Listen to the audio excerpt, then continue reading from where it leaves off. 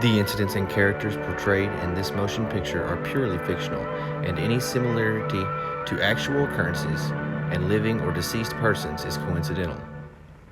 Forward.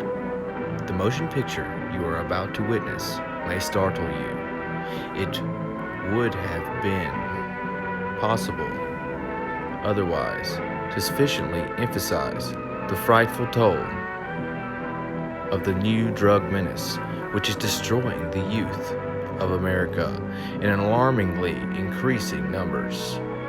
Marijuana is that drug, a violent narcotic, an unspeakable scourge, the real public enemy number one.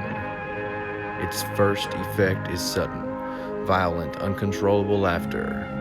Then come dangerous hallucinations. Space expands. Time slows down, almost stands still. Fixed ideas come next, conjuring up monstrous extravagancies, followed by emotional disturbances, the total inability to direct thought, the loss of power to resist physical emotions, leading finally to acts of shocking violence, ending often in incurable insanity. In picturing its soul-destroying effects, no attempt was made to equivocate the scenes and incidents which, fictionalized for the purposes of this story, are based upon actual research into the results of marijuana addiction.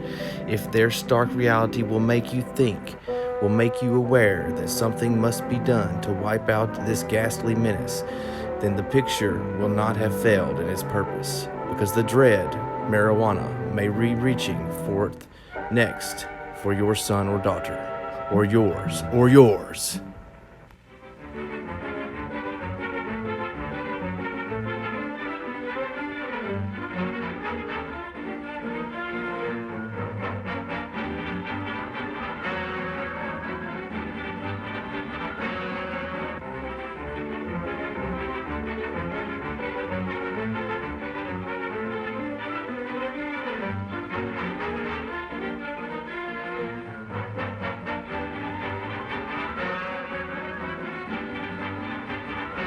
Must be stopped.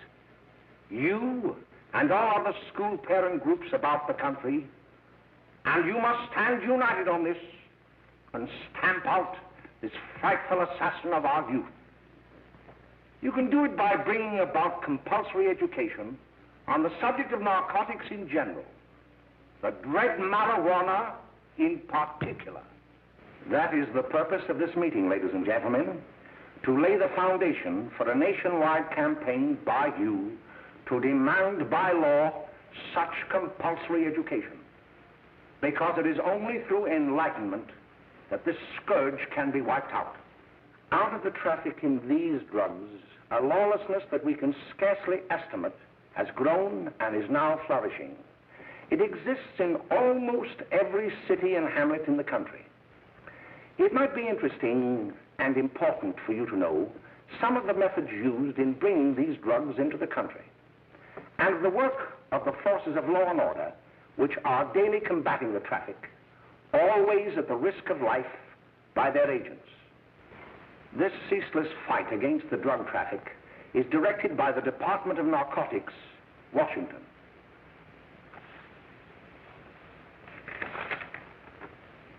I've received a letter of vital importance from a member of the Narcotics Bureau. I'm going to read this letter to you. My dear Dr. Carroll, the suppression of the use of marijuana and of the forces lurking behind it are the most important jobs this department is now engaged in.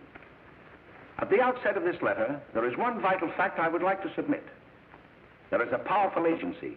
I speak of the school parent associations of this country, which can be invaluable in stamping out this scourge. Their help, their eternal vigilance, could be the deciding factor in our fight against it. The weed marijuana is grown in every state in the Union. Recently, in the city of Brooklyn, New York, a field of marijuana was found behind a tenement court. The weed was here being cultivated, regularly stripped and dried and sold in schools and at government army posts in and around New York.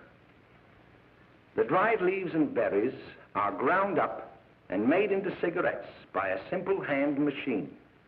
The deadly narcotic is thus quickly and easily prepared for its market. The sale of marijuana is even more difficult to detect and halt than the traffic in drugs such as opium, morphine, and heroin. They are hidden in fake jewelry cases, in the heels of shoes, women's shoes especially, because the drugs can be secreted in false heels.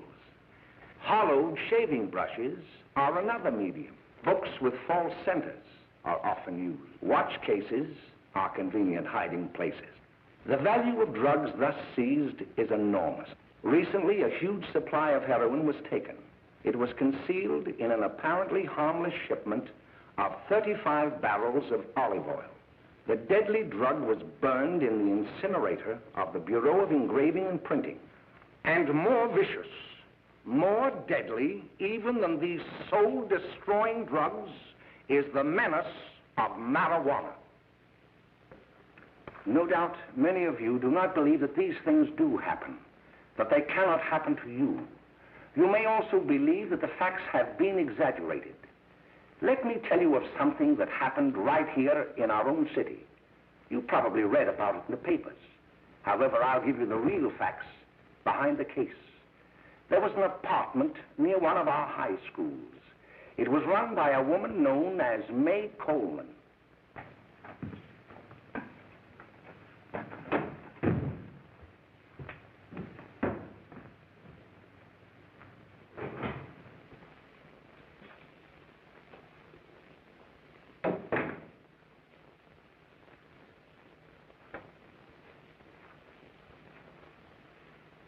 Hey, come on, May, get up. What time is it? Time to get up and give this place a going over. Looks like the Marines had landed. Oh, that bunch last night was high enough to take over the Marines and the Navy. You better get on the job. Some of the kids may be up this afternoon. Oh, Jack, we can get along without dragging those young kids up here. Oh, why don't you button up your lip? You're always squawking about something. You got more static than the radio.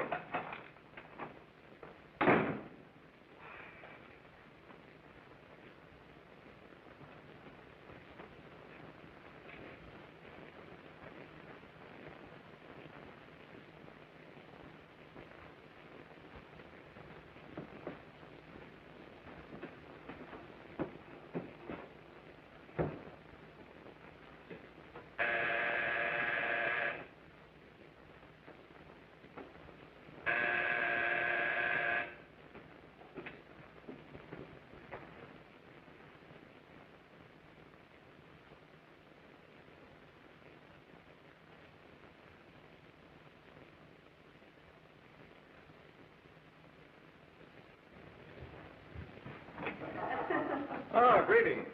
Well, hello, fella. How are you? Fine, how are you? Come here. Come here. Glad to see you. Is the name? Should be right in. Just sit down and make yourself comfortable. Hey, what kind of a joint is this, Eddie? Oh, it's all right, Gwen. See, they probably had a party last night. Oh. A couple of your customers, May. Yeah? Well, they're old enough to know what they're doing. Not like those young kids you bring up here. All right, all right. Listen, I'm going to blow. Where are you going? I got to make some deliveries, and I'll probably drop by Joe's place and bring back a couple of the kids. Oh, I wish you'd lay off those kids. Oh, why don't you get over their complex?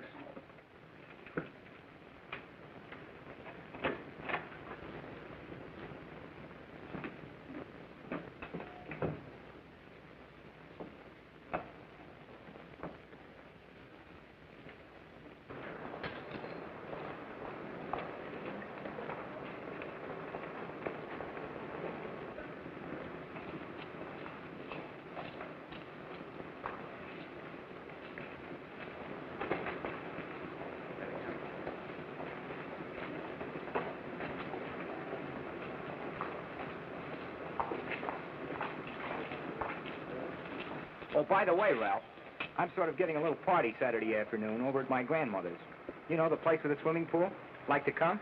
Thanks, Eddie. Maybe I will. I'd sure like to have you. Okay, I'll probably drop over. So long, Ralph. See you later. Hey, Ralph. Hi, kid. Fine, Jack, and you? Oh, great. Where you heading? Oh, Hey, how do you like that?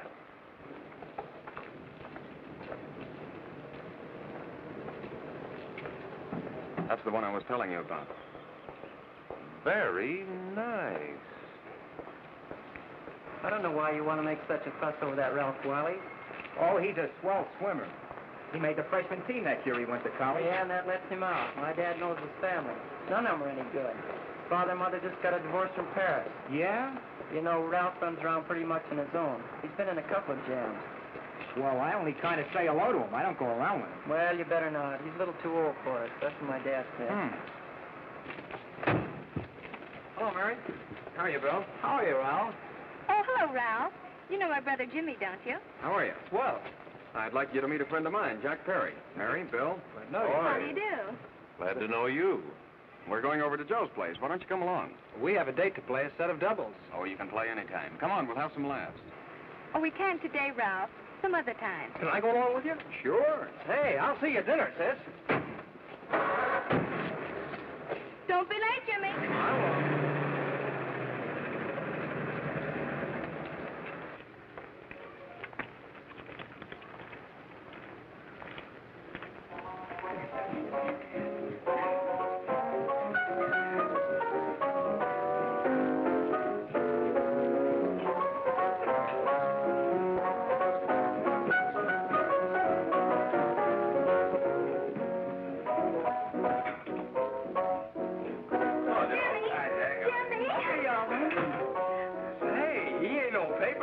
Why, don't you know him? That's Hot Finger Friday. Boy, he really swings out hot with a message jive. You want to dance? Do I?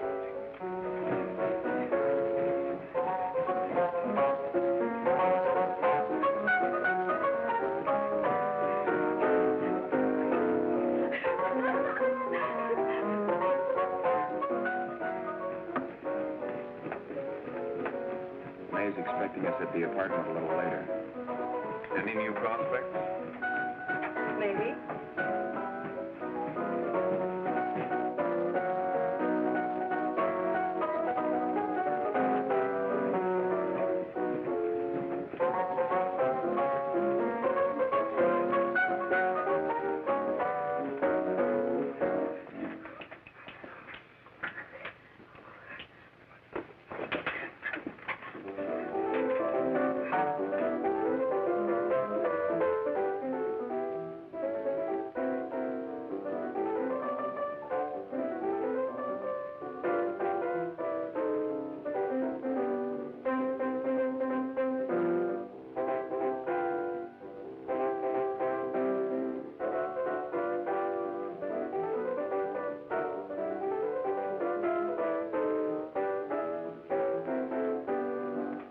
Oh, Jimmy, you're wonderful.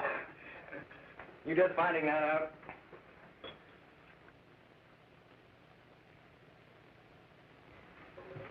Why can't we go now? Sure. Say, kids, we're having a little party up at my girlfriend's apartment. Wouldn't you like to come? Oh, I'd love to. You want to come, don't you, Jimmy? Oh, sure. Any place with you. Well, come along. We can all go in my car.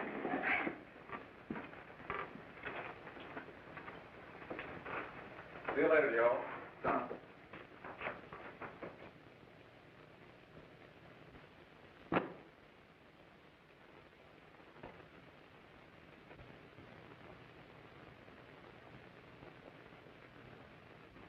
It's sweet of you to help me, Bill. Well, I'll try anything except domestic science. Why, Bill, don't you want to learn something about running your own home? The answer is no. You know, after that session we had yesterday, I went home and told Mother that the trouble with her pot roast gravy was she hadn't added 3 heaping teaspoonfuls of olive oil. What did she say? She didn't say anything. She just threw me out of the kitchen. Well, I don't wonder. Hello, children. Hello, Mother. Hello, Mrs. Lane. That was sweet of you, Mother. Gosh, hot chocolate. Thanks, Mrs. Lane. I know you can't study on empty stomachs. Now then, enjoy yourselves. He will. She will too, Mrs. Lane. May I? Oh, thank you, kind sir. You're so very, very kind. Mary, before we do that math, how about reading some of this? It's swell. Romeo and Juliet. Don't you like it? Uh-huh. You know, when I study this, I kind of think of you. I just sort of feel as though you're there beside me. Well, listen. It is my soul that calls upon thy name. How silver sweet sound lovers' tongues by night, like softest music to attending ears. Romeo, My dear, what o'clock tomorrow shall I send to thee? by the hour of 9. I will not fail. 'Tis 20 years till then.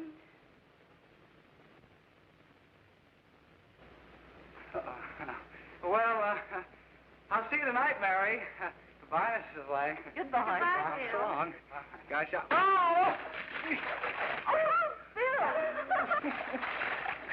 oh, I guess I'm all right. Well, bye. Bye. Hey, Jay! Oh, Julie. Well, hey. Hey, Dad, you got anything for me? Well, there should be. Don't bother your father every night. Have you?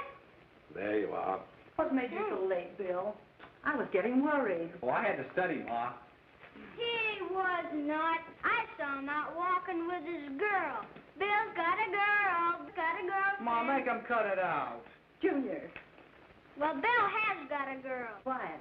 And put that candy away till after dinner. Henry, you shouldn't have given it to him. Well, he has got a girlfriend, and her name is Mary. Yeah, I'll shut you up. Bill, Junior, quit that carrying on. Junior! Oh, that's a little down there, all right there, young. Mary's little lamb, Mary's little lamb. I didn't mean to Bill Ernest, I didn't. Oh, well, what I'm burned up about is that you didn't say Bill had a swell girl. Gee, it must be love. She'd have to be swell for you to like her. Uh-huh. Sounds like you want something. Come on, what is it? Well, it's my model airplane. It won't work. Gosh, Bill, you could fix it. You can fix anything. Okay, I'll fix it.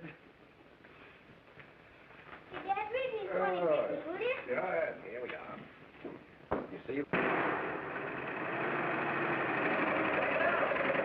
Oh, hello, Jimmy. Mary told me to wait and tell her she had to go home. Her mother wanted her to go to the dressmaker with her. Oh, thanks, Jimmy. Must be getting grown up. I see Mary let you have the car. Yeah. Can I take you any place? Well, I wasn't going any place in particular. Well, then, how about driving me over to the show's place with me? I'll buy you a soda. I never drink that stuff. Well, gee, I'll buy you something else. Okay, you're on the hook for one root beer. Well.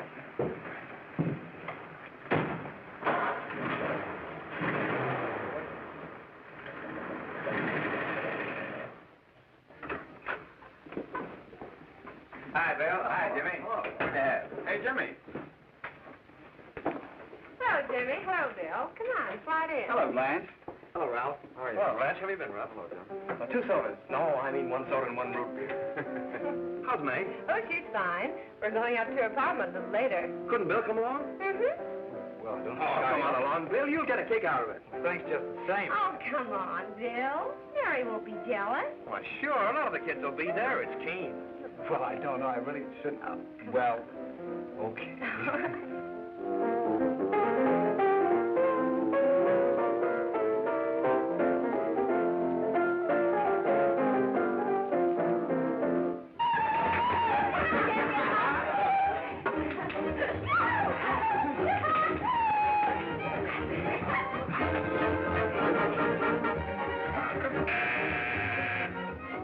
Hi, kid. Hello, Jack. What do you say? Oh, yeah, come on in.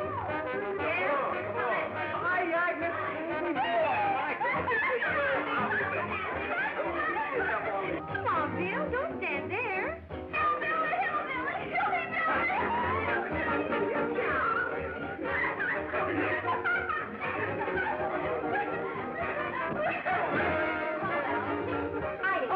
I'm Meg. This is Bill Harper. He's okay. Hello.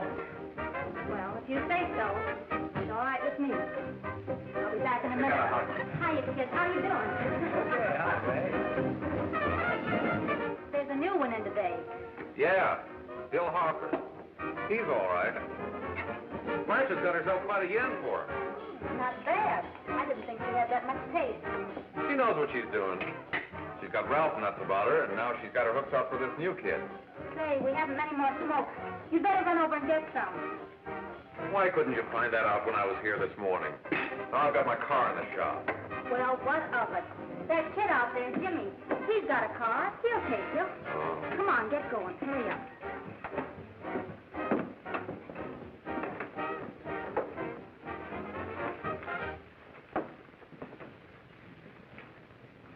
Hey, Jimmy.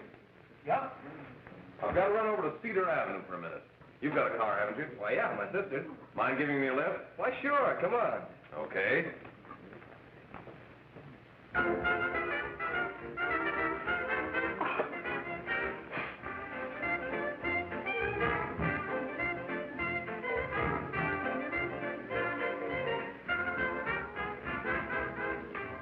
No, thank you. Well, here we are. Oh, thanks. Oh, May, don't forget me. I never forget you. Oh, here. If you want a good smoke, try one of these.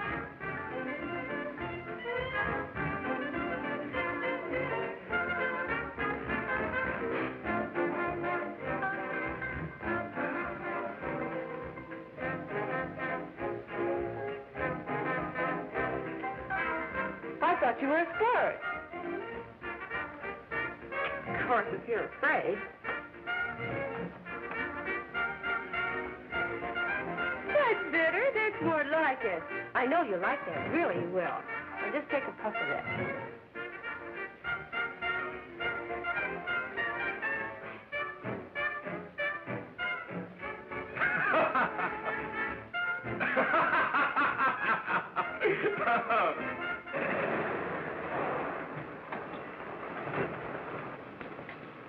Just be a minute, kid. Hey, Jack, get me a cigarette before you go, will you?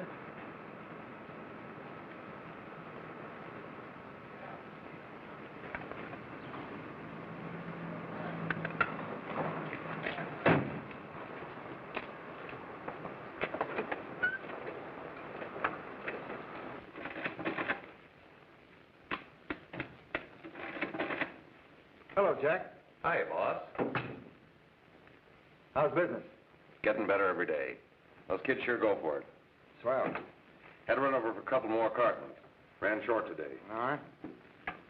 Danny, pack 10 gross for Jack Perry. Who? Pete Daly. All right, send him in. It's all right, stay where you are.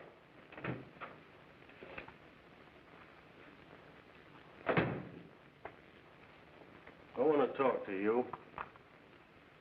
All right, go ahead. Jack's okay. What's the beef? Listen, you never heard no beef when I had to sell that rotten gin. You're after the dough, aren't you? Yeah, but I don't need dough that bad. Taking two-bit pieces from kids. There are millions of two-bit pieces just begging to be taken. Don't be a dope. I'm just dope enough to draw the line selling hop to kids. All right, Pete. You know what my policy has always been. If the boys are not satisfied, I'm always glad to have them retire. Retire permanently. So long.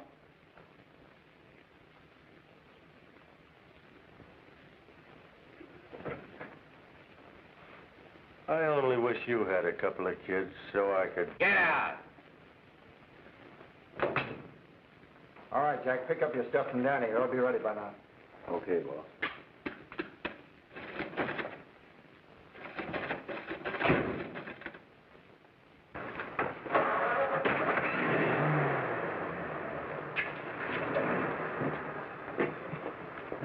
Let's go, Jack. I'm red hot. Better be careful how you drive it. The first thing you know, you'll be ice cold.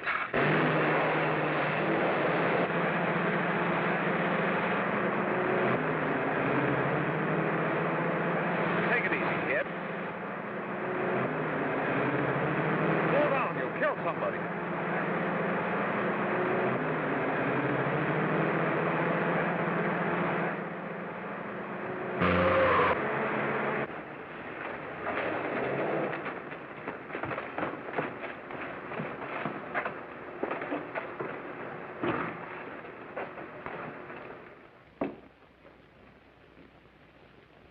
Mary, you're not eating your breakfast again.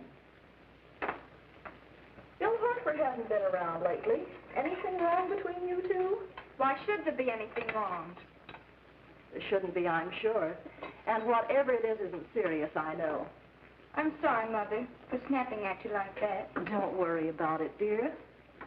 Why don't you speak frankly to Bill? He'll be honest whatever the trouble is. I'm sure Bill Harper never lied about anything. Yes, that's right. Bill's mother says he never lies. There, you see? You think it'd be all right if I speak to him about it? Why, of course. Oh, Jimmy. What? Sit down, darling, and I'll have your breakfast for you in a moment.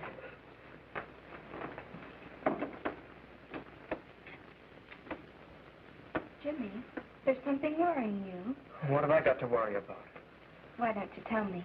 Well, for Pete's sake, don't start to cross-examine me, will you? I'm all right. Jimmy! Don't let Mother see you like that.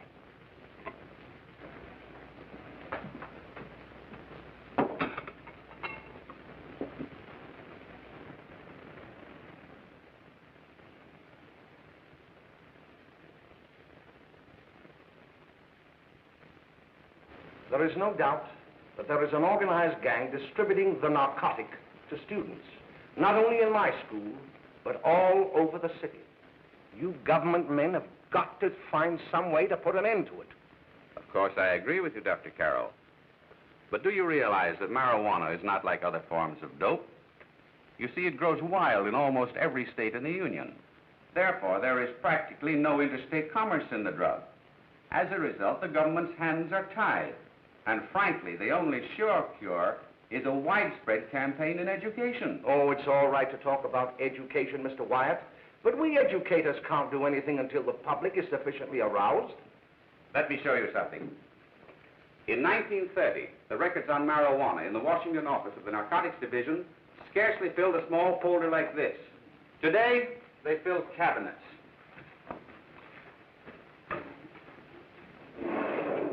All these devoted to marijuana records.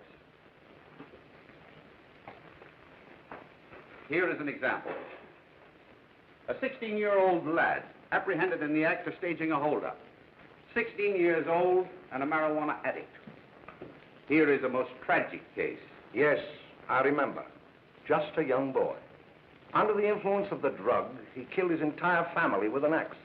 Then there is the most vicious type of case. Here, in Michigan, a young girl, 17 years old, a reefer smoker, taken in a raid in the company with 5 young men. Here is a particularly flagrant case. Yes, I remember. The newspapers made quite a play of it. In West Virginia, wasn't it? Yes. And there are hundreds of them coming up, new ones every day. I'd like to take these records, if I may. I feel they would be of invaluable assistance to me in combating the evil in my school. You're very welcome, Dr. Carroll. Thank you. Sit down, Bill. There seems to be something wrong. What is it? You were always a fine student. You always had excellent grades. Well, I guess the work is getting a little harder, Dr. Carroll. No, it isn't that. Bill, I'd like to help you. But of course I can't unless you let me. You're undermining your health. Well, there's nothing, Dr. Carroll. Really, there isn't. I'll study harder, honest. Honest? If you were being honest with me and honest with yourself, I'm afraid you'd tell me an entirely different story. Bill, I'm going to ask you a straightforward question. And I'd like to have a straightforward answer. Yes, sir. Isn't it true that you have, perhaps unwillingly, acquired a certain harmful habit through association with certain undesirable people? Well? Oh, no, sir, I haven't, Dr. Carroll. Well, that is, you see, I'm worried about something at home. All right, my boy. We'll just have to let it go at that. But remember, if you ever want to confide in me, no one will ever be the wiser. Well, thank you, Dr. Carroll.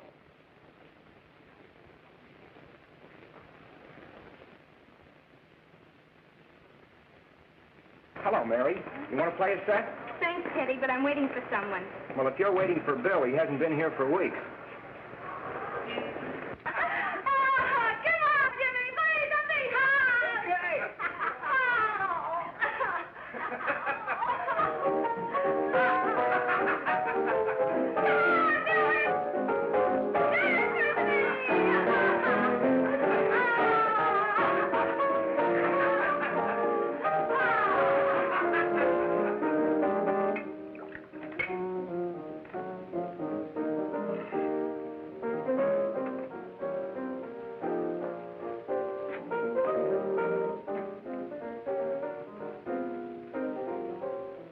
Didn't take that new kid long to catch on. Don't take any of them long.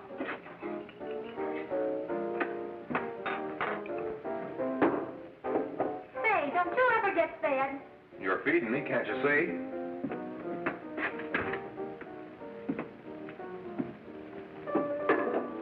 Give me a knife and a fork, will you? Get it yourself.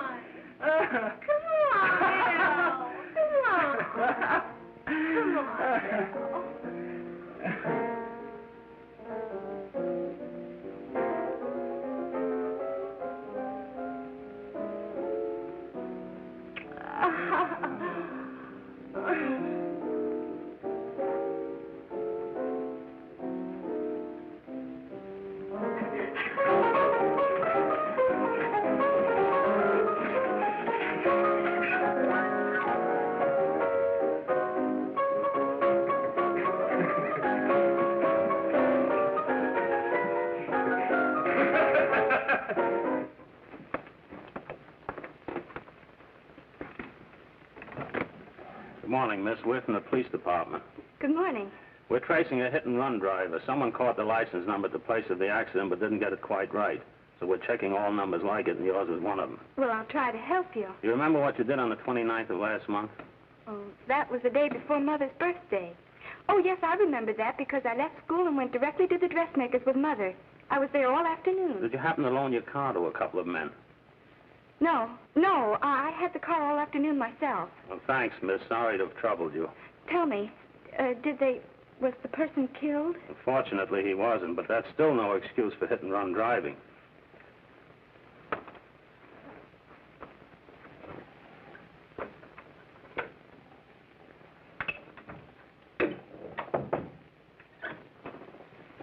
Has Jimmy Lane been here today?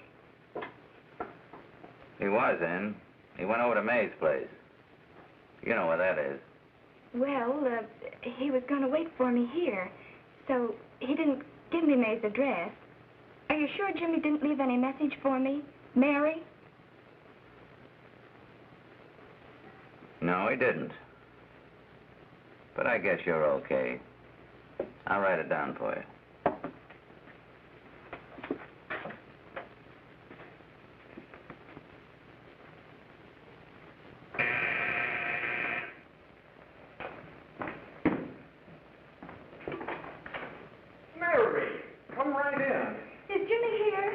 He's around somewhere. I think he went out to take Agnes home, but he'll be right back. Come in and sit down, Mary. And let me take your coat. Who's the new kid just came in?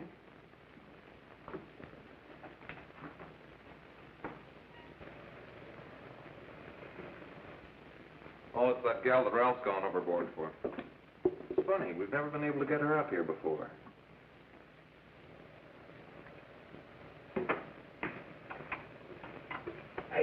Hey, scram, will you?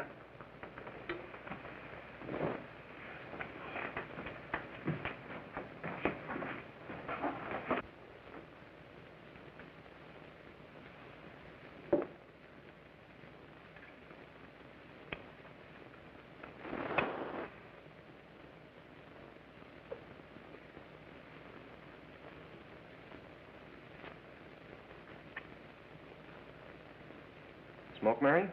Thanks. Are you sure Jimmy will be back soon? Sure, any minute.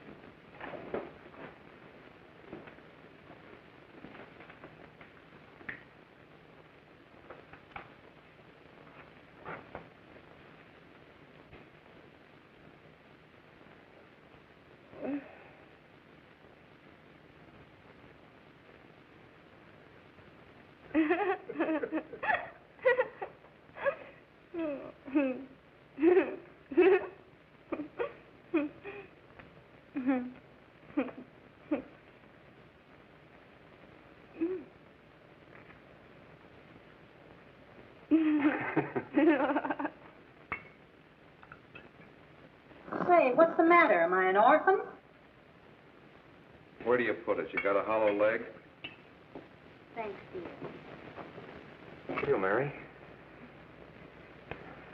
Oh, Mary, give me a Don't! Mary. No, don't! Please, no!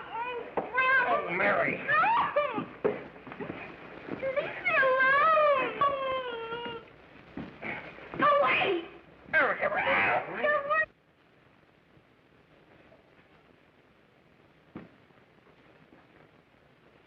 Leave me alone! Oh, leave me alone! Everything's over. Leave me alone!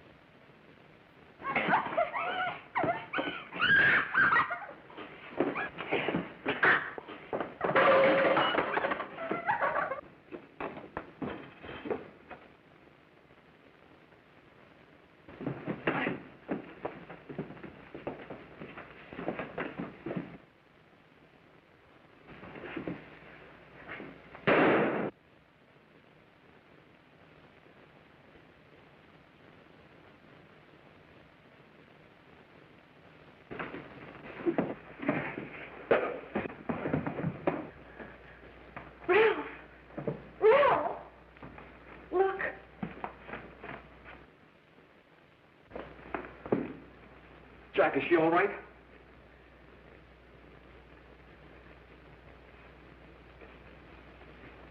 She's dead.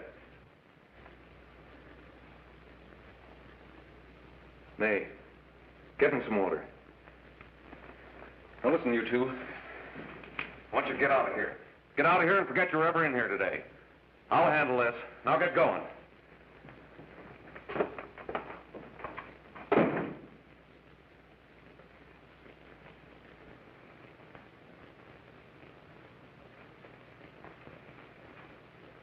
Give it to me.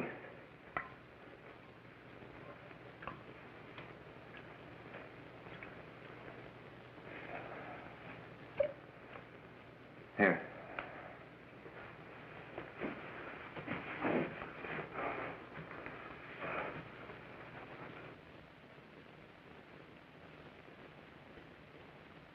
Harry.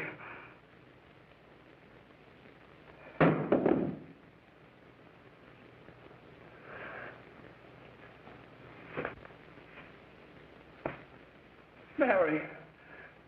Mary! What happened? You killed her.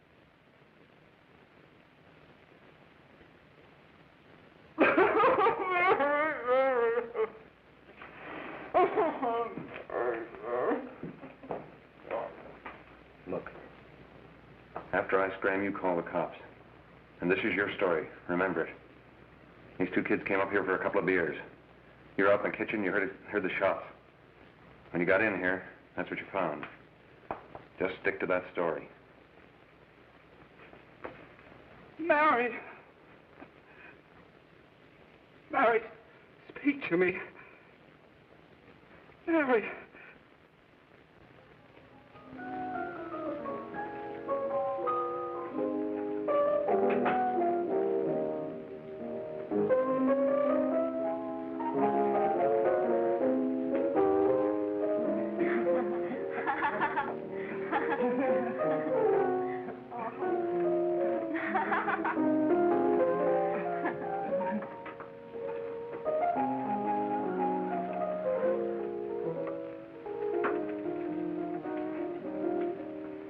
Hello, Jack. I was just talking to a friend of mine. A cop. Sergeant on the homicide squad. Guy you hit that day died. Died? You didn't... No. I didn't crack. I'm not going to. Nobody will ever know you were driving that car. Well, thanks, Jack. Just as long as you keep your mouth shut that you were ever up in May's apartment. Why, sure, Jack, sure.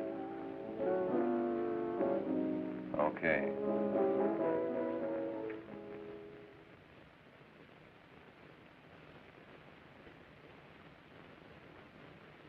Your Honor, I'd like to recall Dr. Alfred Carroll to the stand. Call Dr. Alfred Carroll to the stand.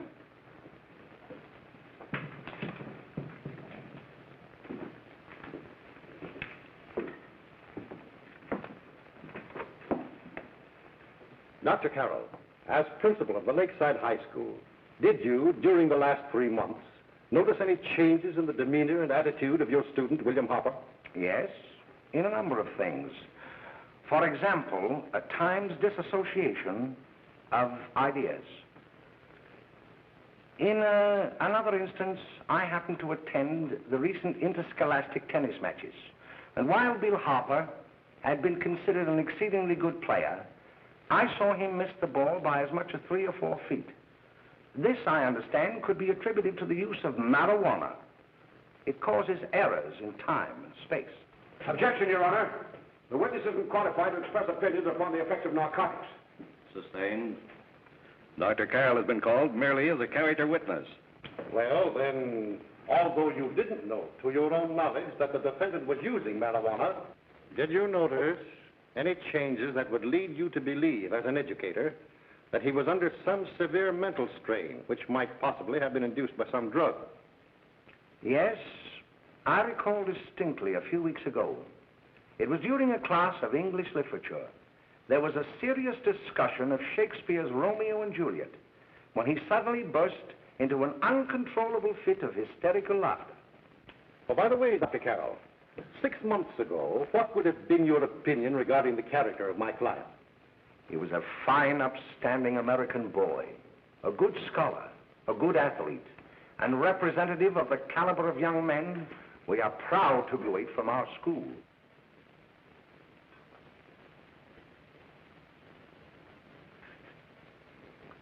Oh, snap out of it, will you? It's not our fault.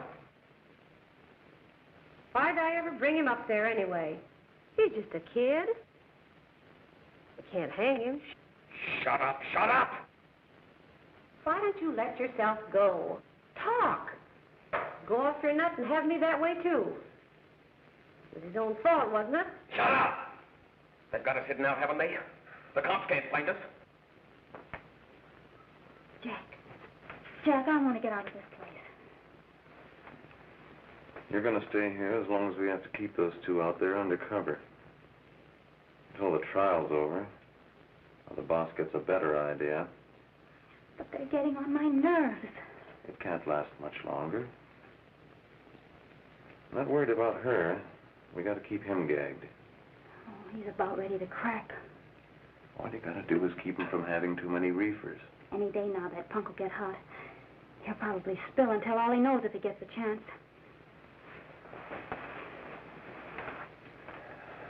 I don't think he'll get it. I'll see you later. Where are you going? I'm going to see the boss.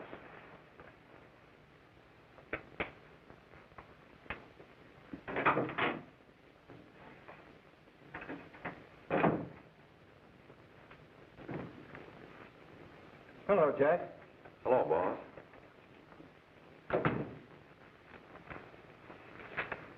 What are we going to do about that Wiley guy? Still jittery, huh? I don't know what the punk's going to do. Keep feeding him those hot sticks. That's what May's been doing. But that's no good. I got a hunch that he's due to crack when that Harper verdict comes in. If he's on the tee, he's liable to take a powder on us and blow his topper to the DA. You mean you think we'd all be better off if he never heard the verdict? Well, what are you waiting for?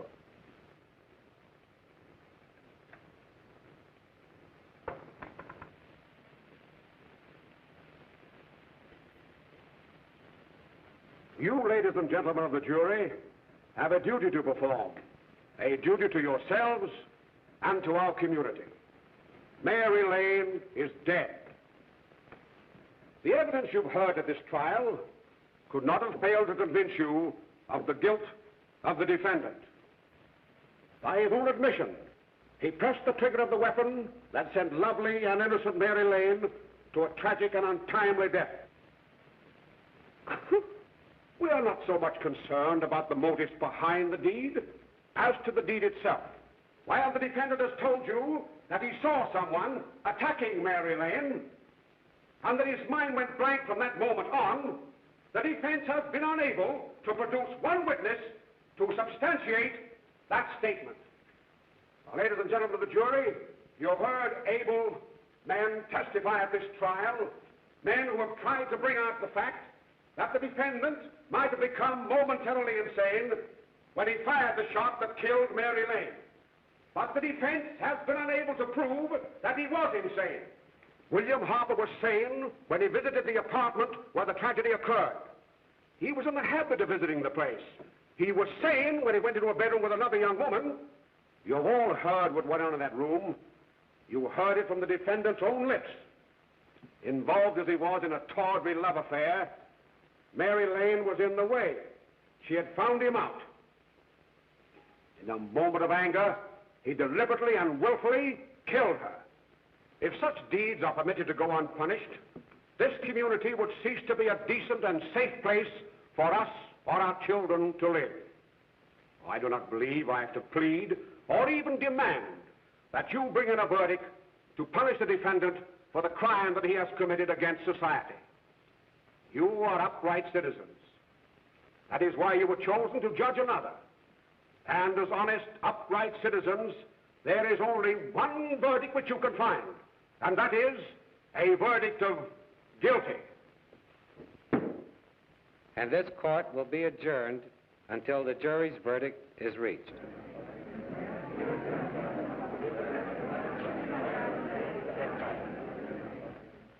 I suppose you all feel the same about this case.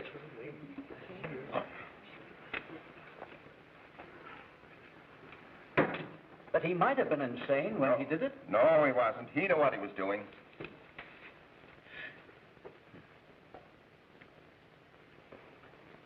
But supposing he was insane? You can never make me believe it, nor anybody else. We'll take a first vote.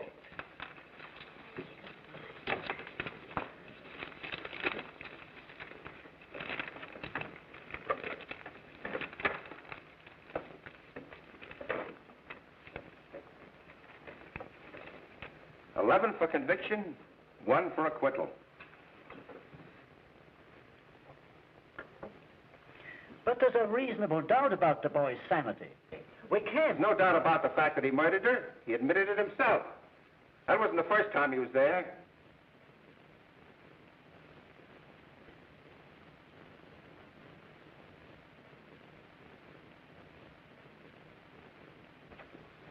We got to make an example before boys like that contaminate all of our children. We can't have every murderer hiding behind the gag that he's insane. Sure, they see red before they kill somebody. But whose fault is it?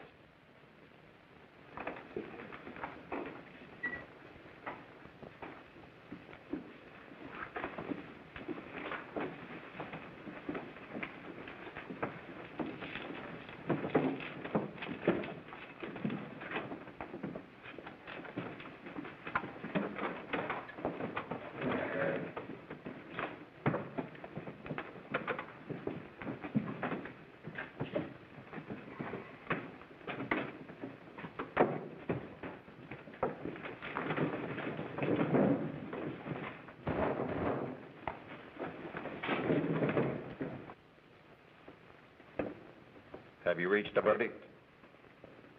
We have. The defendant will rise.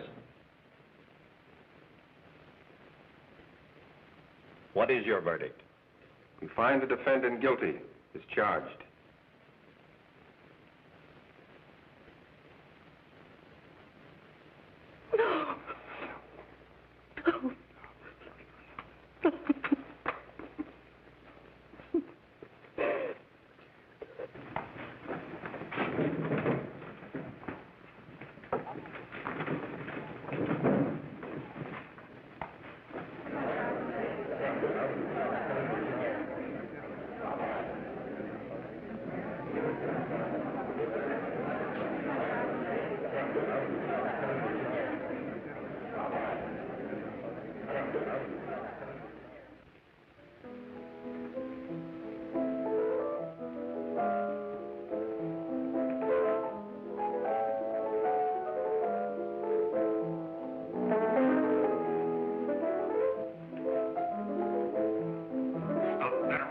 Stop it! What's the matter with you? Give me the creeps.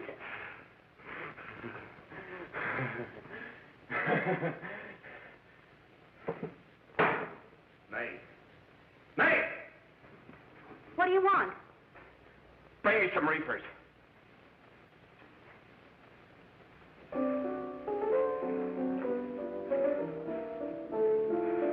They're going to hang him.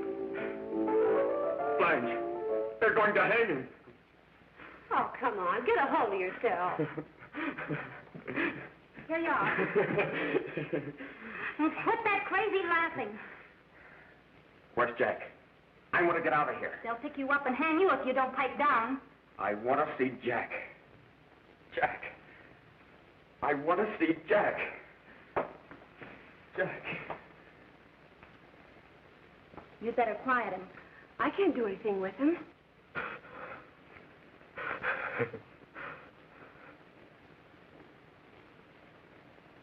I've got to see Jack. We can't let that kid hang.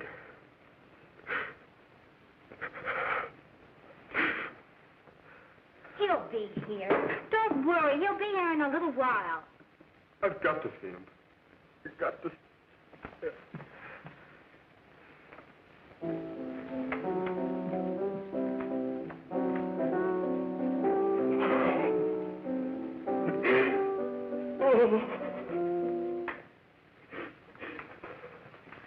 Come on, darling. Everything will be over soon. Do you want me to play something for you? Yeah, that's it. Play something. All right. Come on. Sit down.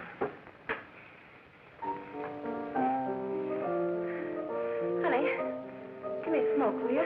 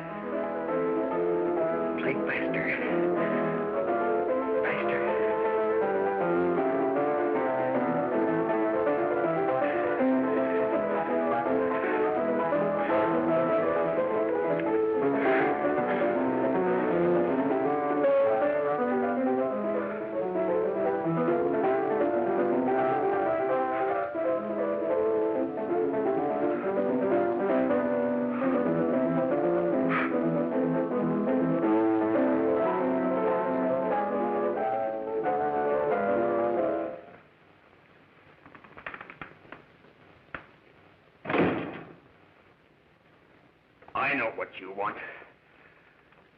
You want to kill me. You're crazy. Take it easy, kid. I just want to talk to you.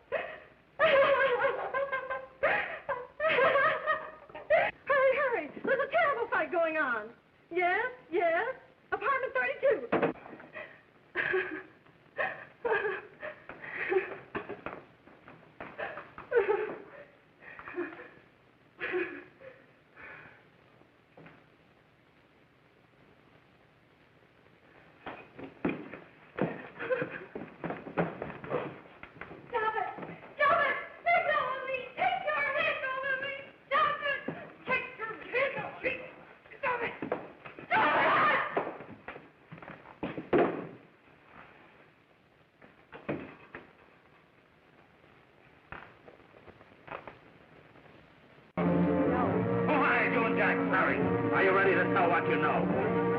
Jack!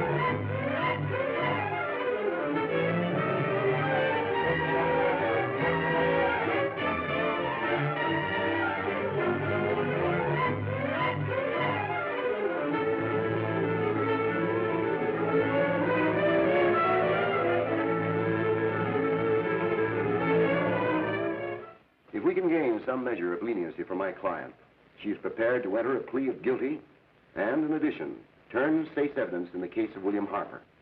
I regret that this court is not prepared to bargain with justice. I'll tell anyway. I was there. I saw it. I know who killed Mary. And I'll tell you who killed Mary Lane. It wasn't Bill. It was Jack. Jack Perry.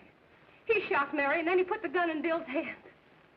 We were all up at the apartment one afternoon, and Mary came in looking for her brother. Bill and we'd been in another room. And Bill came in, he caught Ralph with Mary, and they started to fight. But it was Jack who had the gun. He was going to hit Bill over the head with it to make him stop. And then the gun went off. I saw it. I can see it now. It was horrible. And before he knew it, Mary was dead.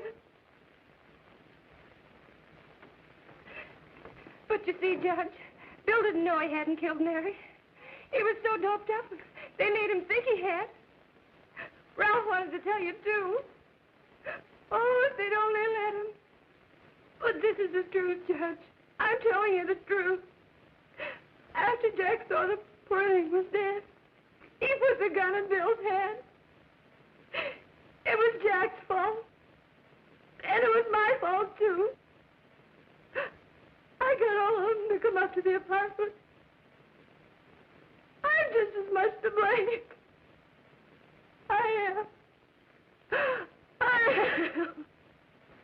Do I understand you wish to plead guilty to a charge of fostering moral delinquency in the case of William Harper? Yes, I'm guilty. I am. Prepare a statement for signature. And also an order setting aside the jury's verdict in the case of the people versus William Harper. In the interests of justice, I shall direct a verdict of not guilty.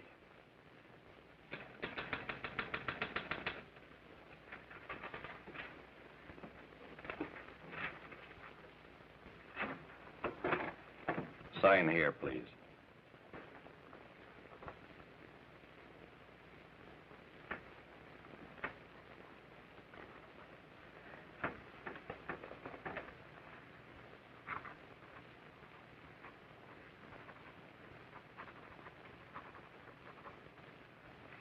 You shall be brought into court on Thursday, the 17th, when sentence will be pronounced.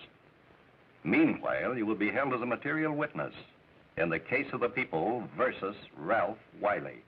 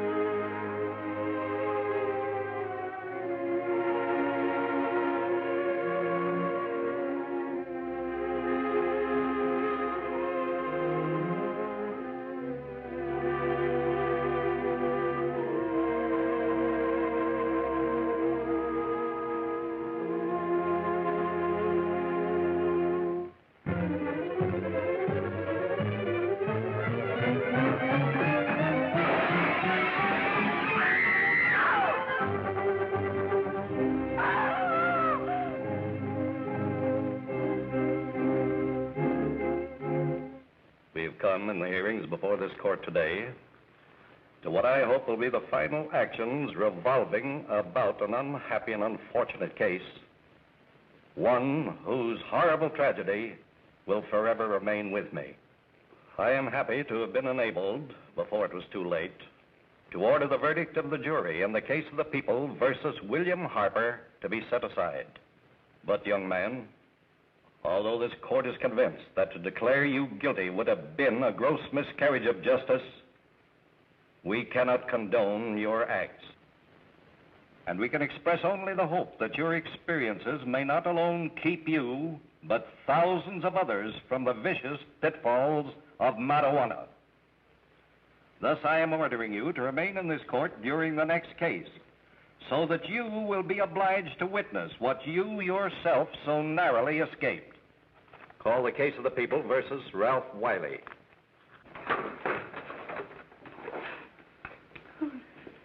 Bill.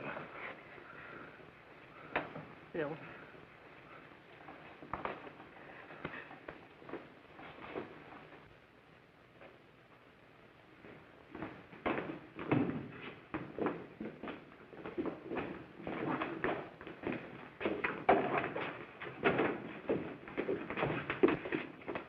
Your Honor, in this case, the state waives trial of the defendant, Ralph Wiley. It is recommended, Your Honor, that the defendant be placed at an institution for the criminally insane for the rest of his natural life. Defendant's counsel joins the state in this request. Since counsel for the defense, as well as counsel for the state, seem to agree on this, I see no reason why the request should not be granted. That happened right here, to your neighbors. It is not too much to say that in your hands lies the possibility of averting other tragedies like it. We must work untiringly so that our children are obliged to learn the truth, because it is only through knowledge that we can safely protect them. Failing this, the next tragedy may be that of your daughter, or your son, or yours, or yours, or yours.